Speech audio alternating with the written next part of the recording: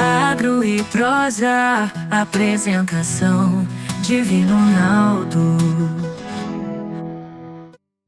A minha entrevistada de hoje fala comigo direto da Bahia. Eu acho que é Bahia mesmo, vou até confirmar com ela. É a Mayra Soares, que é engenheira agrônoma, doutora em proteção de plantas com foco em nematologia e gerente técnica da Altec Crop Science. E o tema da nossa entrevista será como reduzir a população de nematóides. Tudo bem com você, Mayra? Tudo bem, Divino. Isso aí, eu estou aqui na Bahia, hoje em Vitória da Conquista. Você está de férias, vai curtir uma praia? Não, É não, isso? estou a Ah, não? trabalho. Passei de férias uma semana anterior, mas agora a trabalho. A gente veio aqui falar de nematóides também aqui na Bahia. Esses danadinhos desses nematóides, né? Dá uma dor de cabeça para o produtor rural, né? O que é nematóide? A gente fala tanto em nematóide. Vamos lá, os nematóides, eles são vermes, muitas vezes vermiformes, né? Tem aquela característica de uma lombriguinha, né? Estão presentes em diferentes biomas. No Brasil todo, como a gente vai comentar aí hoje no nosso bate-papo, tem a presença dos nematóides, mas eles não são exclusivos também às plantas, né? Tem alguns gêneros e espécies de nematóides que atacam as plantas, mas nós temos nematóides também que são parasitas de nós humanos, de peixes, de aves, que trazem danos também para a agricultura e até mesmo para a saúde humana. Então, o nematóide está presente tanto nos solos quanto até mesmo no mar, a gente tem a presença dos nematóides. Esse é um requisito para a sobrevivência dos nematóides, é a presença de umidade, ele precisa de um conteúdo ali de água para sobreviver. Então, é um verme que está presente em diferentes ambientes, e hoje a gente vai falar especificamente dos nematóides que atacam as plantas, né, que a gente chama de fitonematóides. Então, tem nematóides tanto do sistema radicular, quanto da parte aérea, que causa danos em muitas culturas, como a cultura da soja, do algodão. Tem um desafio muito grande também com nematóides de parte aérea, e não só os nematóides da raiz, que a gente comumente escuta falar um pouco mais. Mas são vermes que causam bastante danos para nós. Eu fiquei curioso, agora tem nematóide dentro da gente? Tem. Muitos, né? Mas é diferente dos da planta. Isso, eles estão dentro do mesmo reino, né, que fazem parte aí do reino animal, depois vem para gêneros, que fazem parte dos nematóides. O que muda muitas vezes é as espécies que são parasitas de plantas e outras espécies, né, são parasitas de nós humanos. Mas nós temos bastante nematóides, por isso que é recomendado aí o uso de vermicidas, né, para a gente controlar esses vermes a cada 6 meses ou até mesmo um ano. Muito bem. Os nematóides têm causado muitas preocupações para os produtores brasileiros? Muito, né? Então, quando a gente vai para a agricultura mesmo, assim, pensando em planta, os nematóides são uns desafios muito grandes. Nós temos um país quase continental, né? O Brasil tem uma área bastante diversa, porém, os nematóides estão presentes em grande parte dessas áreas. Eu gosto até de trazer exemplos, né? Eu rodo bastante, eu fico na região sul do Brasil, e o Rio Grande do Sul falava que não havia nematóides, né? Então, eles falam que pelas condições climáticas deles, um pouco mais de frio, não tem nematóide. Grande engano. A Sociedade Brasileira de Nematologia lançou um mapa, né, de distribuição dos nematóides, e o Rio Grande, assim como muitos outros estados do Brasil, tem uma presença muito grande de inúmeros nematóides. Se a gente for dar nome aí, a gente tem meloidóide, que é o nematóide das galhas, nós temos o pratilencos, que é o nematóide das lesões, nós temos uma ocorrência bastante grande do ericotilencos também. Então, é uma diversidade grande de nematóides se adaptando aos diferentes estados que nós temos no Brasil. Pois é, o que faz ter nematóide de norte a sul do país? Que características são essas que favorecem ao aumento deles? Tá. Os nematóides, eles são nativos, muito desses, né? Esses que eu comentei, como meloidógeno, pratilencos, ericotilencos, cotylonemas, são nematóides nativos dos nossos solos. E o que nós estamos fazendo é sempre colocar o alimento que ele mais gosta, né? Então, muito desses nematóides também são polígafo. O que é isso? Ele gosta de várias culturas. mas a gente sempre dá, como se a gente pudesse colocar aí a picanha, que é a cultura principal dele. Um exemplo, a gente tem em muitas regiões aí a cultura da soja, o HF em geral, se eu pegar tomate, pimentão, brócolis, são culturas muito sensíveis também aos nematóides, eles conseguem se multiplicar muito nessa cultura. Então, hoje nós temos o Brasil, uma condição climática de temperada, né? Então, nós temos aí, tropical, na grande parte do Brasil nós temos clima tropical, que multiplica bastante esses nematóides. Então, a temperatura é algo predominante para a multiplicação. Nós temos temperaturas médias aí de 30 a 35 graus, que é uma temperatura que o nematóide adora. Então, um ciclo dele passa a ser muito curto nessa temperatura de 30 a 35 graus. Vou dar um exemplo, um nematóide que conseguiu infectar uma planta, em 25 dias eles serão novos nematóides. No caso do meloidógeno, aí pode ser novos 2.000 nematóides. Então, é a temperatura e sempre nós colocando comida para esse nematóide.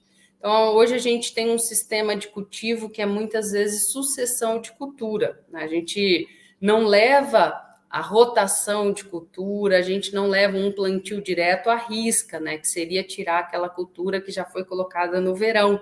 E a gente não faz isso. Então, a gente está sempre colocando o alimento que o nematóide mais gosta, numa condição de clima que ele também gosta muito, que é o que a gente tem aqui no Brasil, um clima mais tropical, que a multiplicação dele é muito mais acelerada. Se a gente pegar lá no Rio Grande do Sul, que às vezes tem temperaturas um pouco mais baixas, aí sim esse nematóide demora um pouco mais para se multiplicar. Mas quando a gente não tem essas temperaturas baixas, a multiplicação do nematóide ela é muito rápida. Isso a gente tem no Brasil como um todo, né? Temperaturas normalmente mais altas. Então, é um fator aí determinante para esse aumento dos nematóides. E essa falta de diversidade de culturas que a gente tem cada vez mais dado prioridade, né? Que a gente está pensando sempre no fator mais econômico. Então, o produtor, ele não quer tirar aquela cultura que dá um retorno econômico para ele.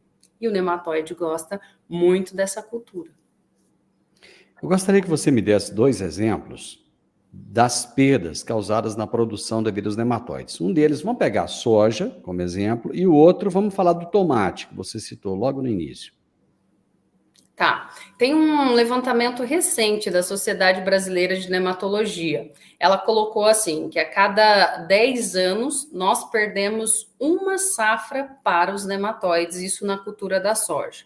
Quando a gente vai lá para o tomate, para o HF, nesses mesmos 10 ciclos aí, a gente está perdendo cerca de 2,7 para os nematóides. Então, são percas consideráveis, né? E culturas, principalmente o HF, são culturas rápidas, elas sentem, e com um sistema radicular sensível, sentem muito a presença e os danos que esses nematóides podem causar. Então, em geral, a gente estuda muito os danos na cultura da soja, do algodão, da cana-de-açúcar, que tem esse estudo falando que a cada 10 anos a gente perde uma safra para os nematóides. Para o HF, a cada 10 anos a gente perde 2,7 safras também para os nematóides. Então, é um problema seríssimo nas diferentes culturas que nós temos no país. Deixa eu entender, na soja ele faz o quê? Ele vai lá na raizinha da soja e ele fere essa raiz, é isso? Tá. Então, nós temos hoje a cultura da soja com 2 desafios, né? 2 desafios no sentido de nematóides do sistema radicular e nematóides que é de da parte raiz? aérea. Isso. Certo. Esse do sistema radicular, a partir do momento que a semente ela emergiu, colocou uma radícula e ela começa a exudar, ela já começa a mostrar para o nematóide que o hospedeiro dela está ali. E esse nematóide ele vai em direção à raiz, penetra essa raiz. Alguns dos nematóides, como o meloidógeno e heteródera, que é o nematóide das galhas, e um é o nematóide do cisto. Ele precisa formar um sítio de alimentação, que aí ele modifica algumas células para ficar se alimentando. E no caso de um pratilencos, de um ericotilencos, ele só entra nessa raiz, se alimenta da raiz, mata essa raiz ali, ele rompe essa raiz e sai e vai para outra. Então, ele vai causando muitos danos no sistema radicular. Então, deixando essa raiz depauperada, suscetível à entrada de fungos. Tem estudos que mostram também que os nematóides aumentam em 70% a infecção de fungos. Então, a gente já tem um desafio grande, que é o nematóide. O nematóide é extremamente eficiente em penetrar a raiz, porque ele tem um estilete e ele também produz substâncias que conseguem degradar o tecido da raiz. E aí ele consegue entrar facilmente, se estabelecer ali, se alimentar e causar, muitas vezes, no caso do meloidógene e da heteródera, ele causa uma dificuldade na planta absorver água e absorver nutrientes. No caso do Pratilencos e do Ericotilencos, ele danifica mesmo a célula, então ela perde aquela função. Então o sistema radicular fica todo necrosado e a planta não consegue também absorver água e nutriente. E aí ela vai tendo aquele sintoma reflexo de nanismo, a planta muitas vezes amarelada, então demonstrando que ela não está conseguindo absorver água nem nutriente. O nematóide, muitas vezes, em um clima de umidade, um clima com temperaturas mais amenas, o produtor nem sente a presença do nematóide. Agora, quando vem um veranico, bem próximo ali ao enchimento de grão, a planta ela não tem raiz para absorver água. Então, aí sim ela demonstra o potencial de dano dos nematóides. Esse da parte aérea, ele vai por dentro da planta?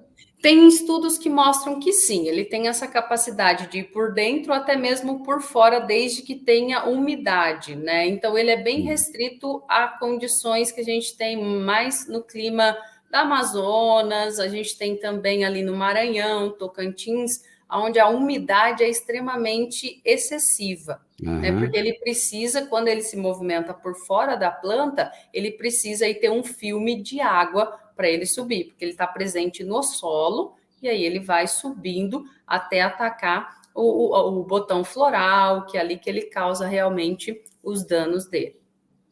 Você tinha falado da picanha do nematóide. Quais são as principais culturas que são afetadas? Porque você falou de HF, aí você falou da soja, tá? Vamos nominar aqui algumas culturas, as principais? Hoje, se a gente pegar um meloidógene, por exemplo, tem relatos que ele tem mais de 500 hospedeiros. Então, ele é capaz de se multiplicar em 500 plantas.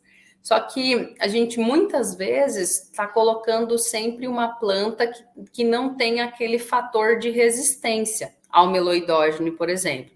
A cultura da soja é um exemplo. É difícil a gente ter resistência para meloidógene, para pratilencos na soja. Hoje, se desenvolve resistência muito mais para heteródera, que é o nematóide do cisto, um problema seríssimo no Mato Grosso. Então, a gente está colocando plantas, em grande parte do Brasil hoje, se a gente colocar a nossa área, ela é cultivada com soja e com milho, duas culturas que os nematóides principais hoje têm como preferência. Um é a picanha e o outro é o contrafilé, que são bastante interessantes para os nematóides, né? Qual é a melhor forma de manejar esses nematóides? Tá. Hoje o produtor ele está muito ciente que nós temos que utilizar várias ferramentas para o manejo desses nematóides. O uso de cultivares com baixo fator de multiplicação é uma ferramenta. Quando a gente tem isso, hoje a gente tem resistência, por exemplo, no tomate, a gente tem resistências para a soja, no sentido de alguns nematóides. Então, se o produtor tem à disposição essa resistência, ele tem que fazer uso. Mas a gente sabe que isso não é tão fácil. Tem produtores que a gente faz aí uma consultoria com eles, e quando a gente pede para ele escolher uma planta que tenha uma cultivar que tenha baixo fator de multiplicação, ele não é muito adepto. Porque normalmente nós da agricultura sabemos, né? Que quanto mais resistente, menor é a produtividade. Muitas vezes o produtor, ele almeja, claro, a produtividade. Ele prefere arriscar? Arriscar. Isso, eles ainda falam, não, mas se chover bem, eu colho bem.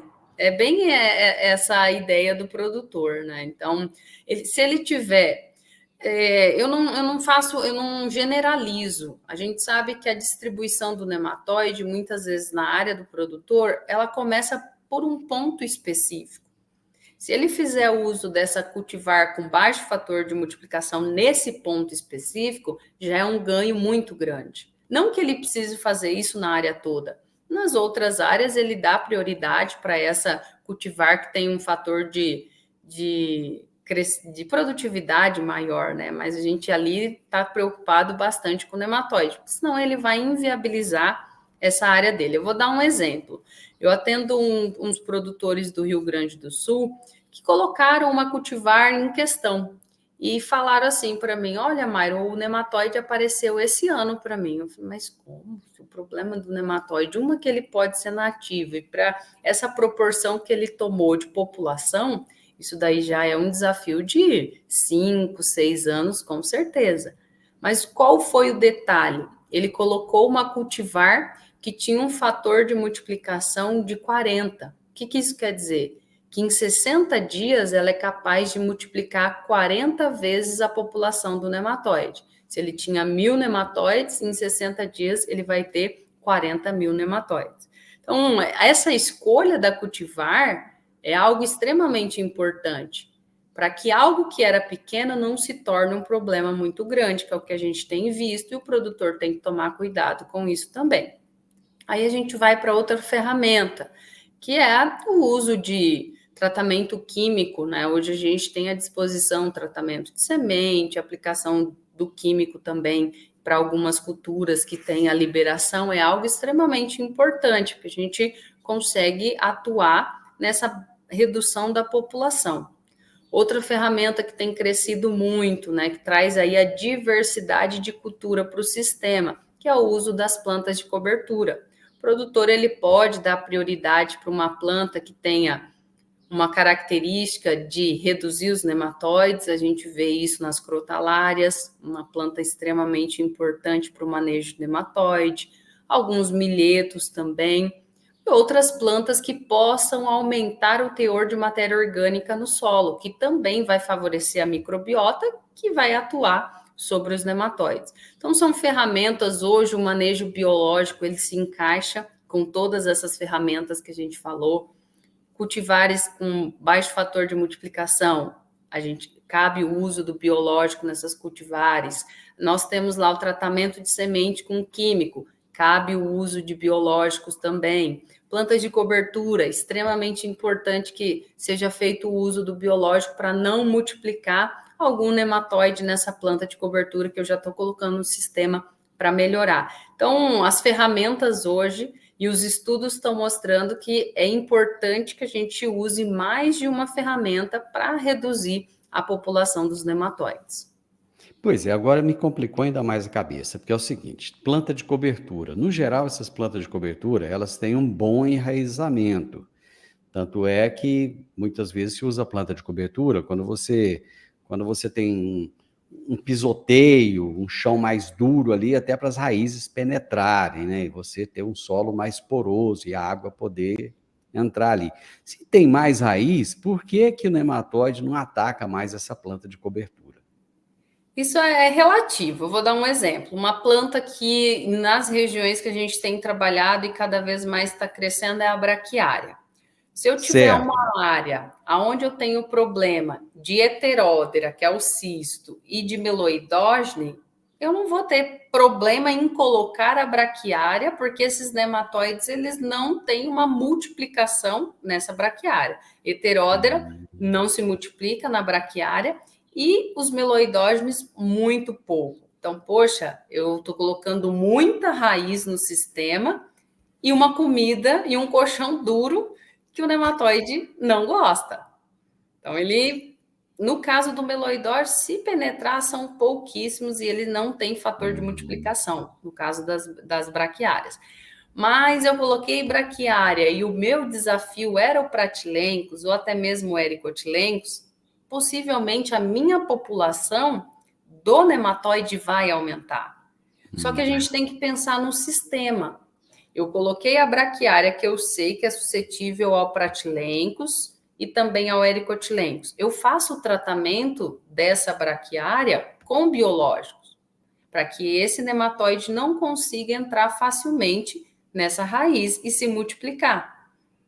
Mas olha o benefício que a braquiária vai trazer para mim, de matéria orgânica, de multiplicação de outros micro-organismos que também vão atuar competindo com os nematóides. Então, os benefícios que as plantas de cobertura trazem para o nosso sistema é muito grande. A gente só não pode pensar nessa multiplicação do nematóide, mas a gente tem que entender, sim, se eu tenho um problema seríssimo, aqui na Bahia eu vou ver isso, né? Nós estamos com um desafio aqui de pratilencos, e eles fazem braquiária para melhorar a matéria orgânica, para dar uma condição melhor para a batata que vai vir na sequência, só que aí o pratilencos causa dano lá na nossa batata. Então é um desafio muito grande. É uma balança, a gente tem que estar sempre entendendo, fazer análise da nossa área para saber qual é o meu principal nematóide, porque numa área dessa que eu tenho muito pratilencos, eu poderia estar trabalhando com milheto para baixar a população do pratilencos ao invés do uso da braquiária. Ah, mas se o meu desafio é meloidose, uso braquiária tranquilamente, que vou conseguir passar e baixar essa população do nematóide que eu coloquei uma comida que não é a preferência dele. Então, a gente tem que usar, sim, planta de cobertura. O uso do biológico se encaixa muito bem nas plantas de cobertura e entender qual nematóide que eu tenho na área. Você falou aí de biológicos. É recomendável a adoção de defensivos químicos aliados aos biológicos para se ter uma melhor eficácia ou não pode? Em muitas culturas a gente vê que isso é necessário, né? Eu vou dar um exemplo aqui da cultura, por exemplo, da cenoura, né? A gente sabe que os nematóides são um desafio grande também para a cultura da cenoura, porque o nematóide que penetra na raiz principal, ele vai causar uma bifurcação na cenoura, e aí ela perde aquele valor comercial que ela tem.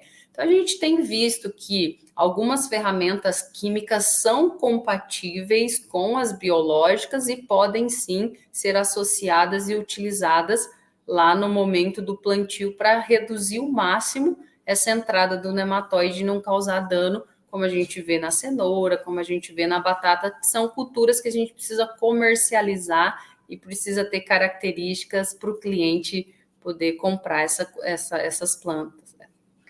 Uma coisa interessante também, não só o químico, né, mas no último congresso de nematologia falou muito de moléculas efetoras. Né, começou a complicar agora. Que é isso?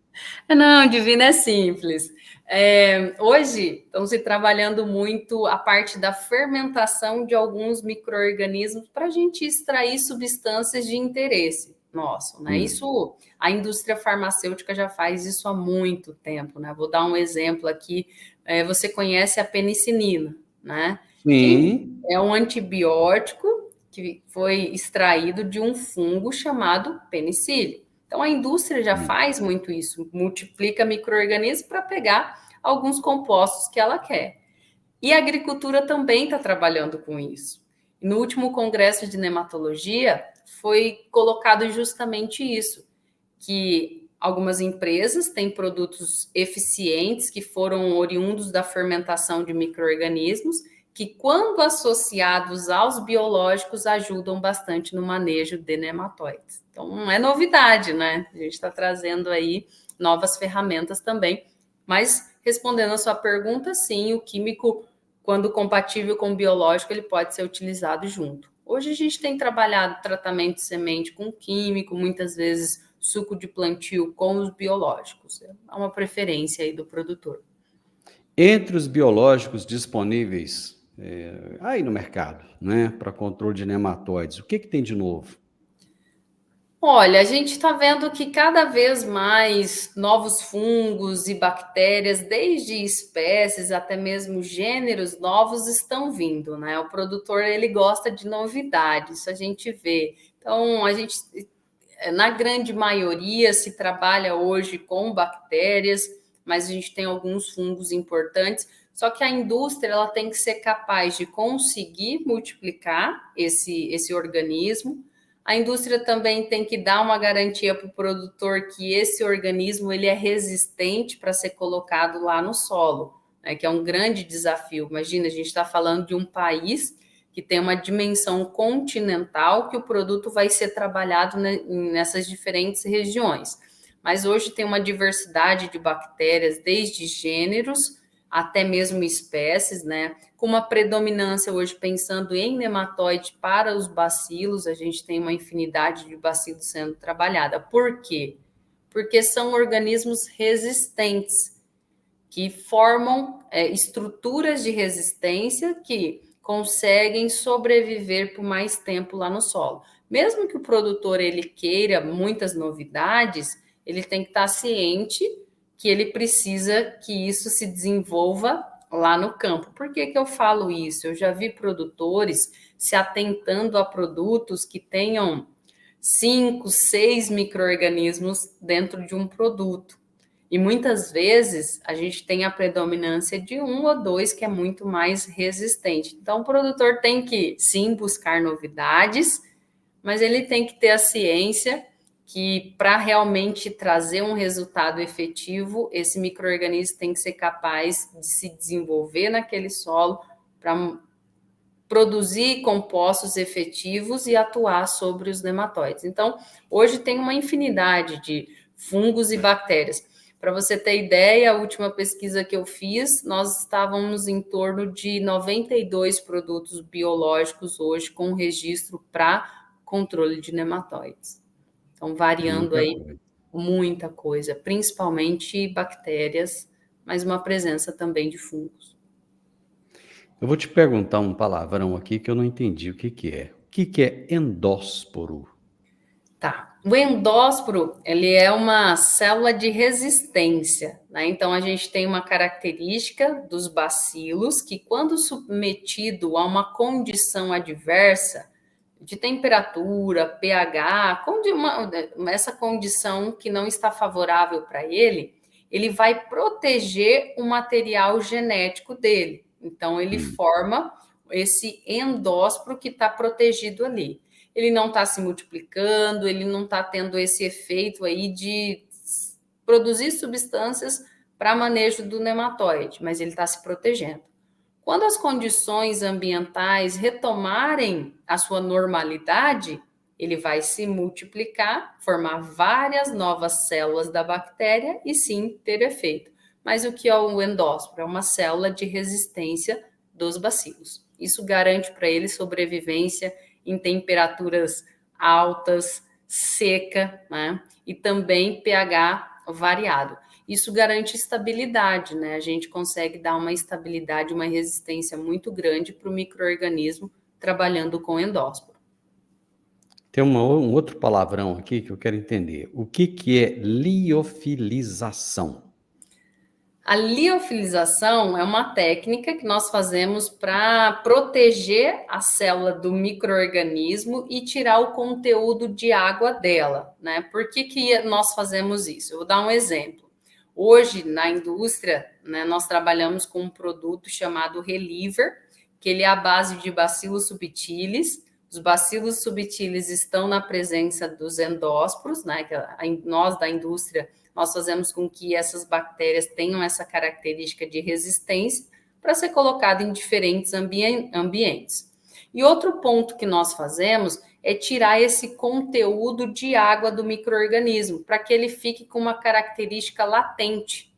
Quem faz isso também é a indústria farmacêutica, né? Quando a gente vai lá buscar, muitas vezes, um comprimido à base de lactobacilos, de algum micro-organismo, ele está liofilizado, porque a gente aumenta esse tempo de prateleira desse micro-organismo, e a viabilidade dele é extremamente alta.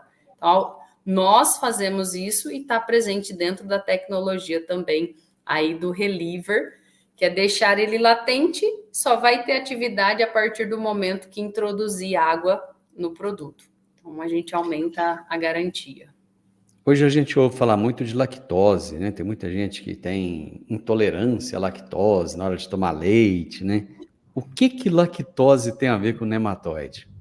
Eu, inclusive, tenho um problema seríssimo de lactose. Mas, enfim. Bom, dentro da tecnologia também, né, presente aí dentro do Reliever, nós colocamos um açúcar do leite, que é a lactose. Por que a gente coloca esse açúcar do leite dentro de um produto? Porque nós vimos que tem uma capacidade grande da bactéria, do bacillus, quando eu introduzo a água, ela sai daquele estado latente, começa a se multiplicar, ela tem esse alimento disponível para ela, que é o açúcar do leite. Porque hoje é um desafio muito grande, o produtor, sim, ele quer fazer o uso do biológico, só que muitas vezes a condição, o ambiente não está tão adaptado ali para aquele biológico. Então, a gente já coloca uma célula de resistência para que, quando tenha condições boas, esse micro-organismo consegue se multiplicar. A gente coloca garantia de estabilidade pelo processo da liofilização e eu coloco o alimento, que é o açúcar do leite, que é a lactose. Então, Muito bem. Hoje acredito, Divino, que esse seja um diferencial desses 92 produtos biológicos aí, é a construção, porque tem muitos produtos à base de bacilos, bacilos subtilis, bacilos megatério, bacilos amiloquenfaciens, uma infinidade de bacilos, porque é uma bactéria eficiente, é uma bactéria resistente, só que o que diferencia é a construção de um produto também, né, que vai realmente entregar todas essas características para que o produtor tenha eficiência e consiga manejar o desafio que é o nematóide. Agora, depois dessa prosa, eu entendi por que te levaram para Bahia para palestrar. Você é fera demais, viu? Mayra, brigadão, foi um prazer falar com você. Eu que agradeço, Divino, foi um prazer muito grande e espero aí próximos bate-papos. Vamos falar de nematóide, vamos falar de outras coisas. Obrigado, abraço para você, até mais. Abraço, tchau, tchau. Tchau, tchau. Eu conversei com a Mayra Soares, engenheira agrônoma, doutora em proteção de plantas, com foco em nematologia. Ela é gerente técnica da Altec Crop Science. E nós falamos sobre como reduzir a população de nematóides. Você gostou? Eu gostei. Deixa um gostei pra gente. Deixa um comentário. Tem muito problema de nematóide na sua região? Coloque aí que região do Brasil que você está e se tem problemas com nematóides aí. Vai ser importante pra gente. Compartilhe com amigos que possam estar tendo problema com nematóides. E não se esqueça, se inscreva nesse canal. É muito importante você se inscrever. A maioria absoluta das pessoas que assistem os nossos vídeos, as nossas entrevistas, não são inscritas no canal. E se você gosta, se você quer dar relevância, então se inscreve, tá bom? Grande abraço para você e até a nossa próxima prosa. Tchau, tchau.